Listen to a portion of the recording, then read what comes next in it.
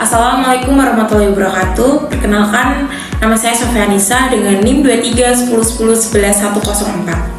Saya akan mempresentasikan rangkuman mata kuliah perekonomian Indonesia. Yang pertama yaitu adalah latar belakang. Perekonomian Indonesia sangat bergantung pada peran UMKM yang menyumbang besar terhadap PDB dan penyerapan tenaga kerja.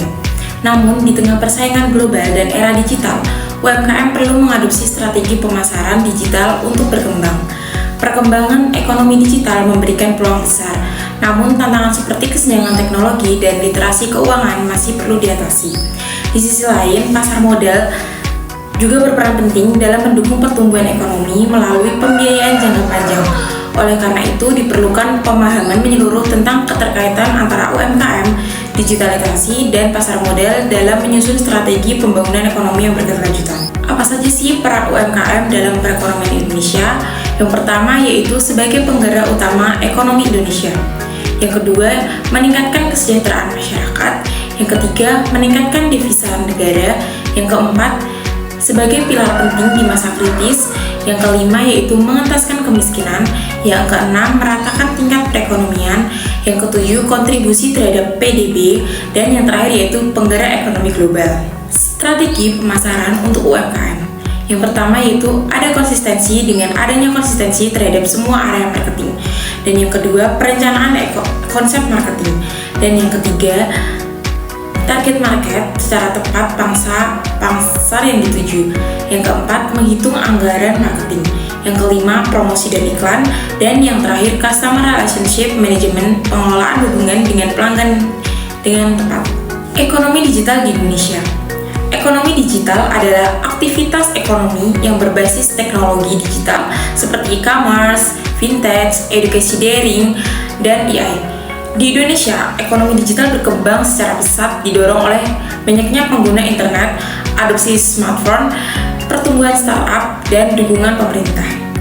Sektor utama meliputi ada e-commerce seperti Tokopedia dan Shopee, fintech seperti OVO, Dana, dan GoPay, transportasi digital seperti Gojek dan Grab, dan pendidikan dan kesehatan digital seperti Ruang Guru dan Halodocs. Tantangan pembangunan ekonomi. Yang pertama, ada ketimpangan baik secara wilayah maupun sosial. Yang kedua yaitu rendahnya kualitas SDM. Yang ketiga, ketergantungan terhadap sektor primer, terutama sektor pertambangan dan pertanian. Dan yang keempat, masalah infrastruktur. Dan yang terakhir yaitu tantangan dari kerusakan lingkungan sendiri. Sejarah pasar modal dalam perekonomian Indonesia. Pasar modal Indonesia dimulai pada tahun 1912 saat pemerintah Hindia Belanda mendirikan Bursa Efek di Batavia. Aktivitas sempat terhenti akibat Perang Dunia dan baru diaktifkan kembali pada 10 Agustus 1977 oleh Presiden Soeharto. Perkembangannya awalnya lambat, namun meningkat pesat sejak deregulasi akhir 1980-an.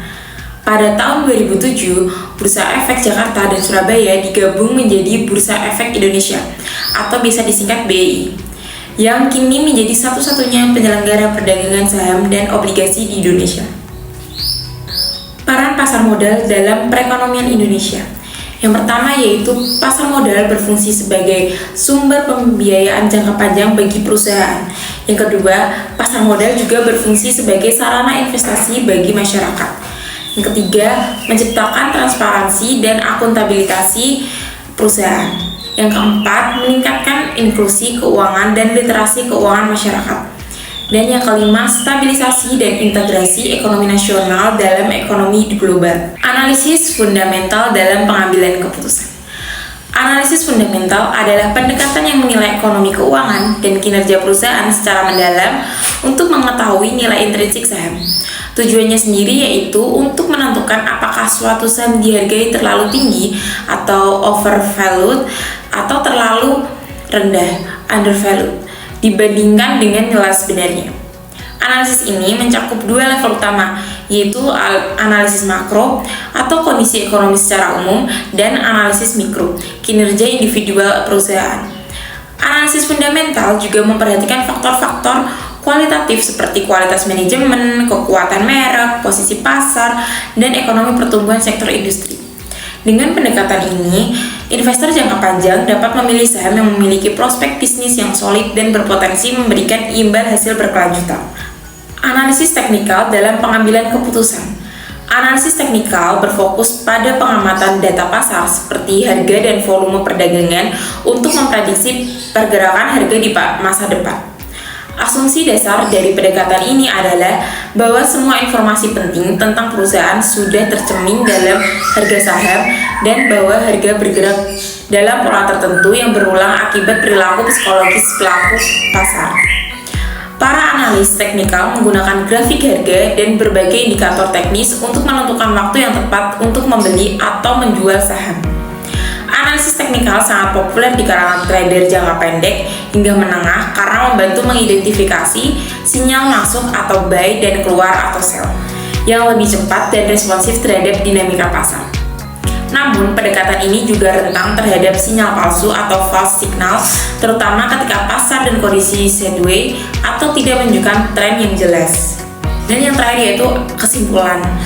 Pembangunan ekonomi Indonesia membutuhkan sinergi antara UMKM, ekonomi digital, dan pasar modal. UMKM berperan besar dalam penyediaan lapangan pekerjaan dan ekonomi rakyat. Namun, perlu beradaptasi dengan teknologi dan strategi pemasaran modern.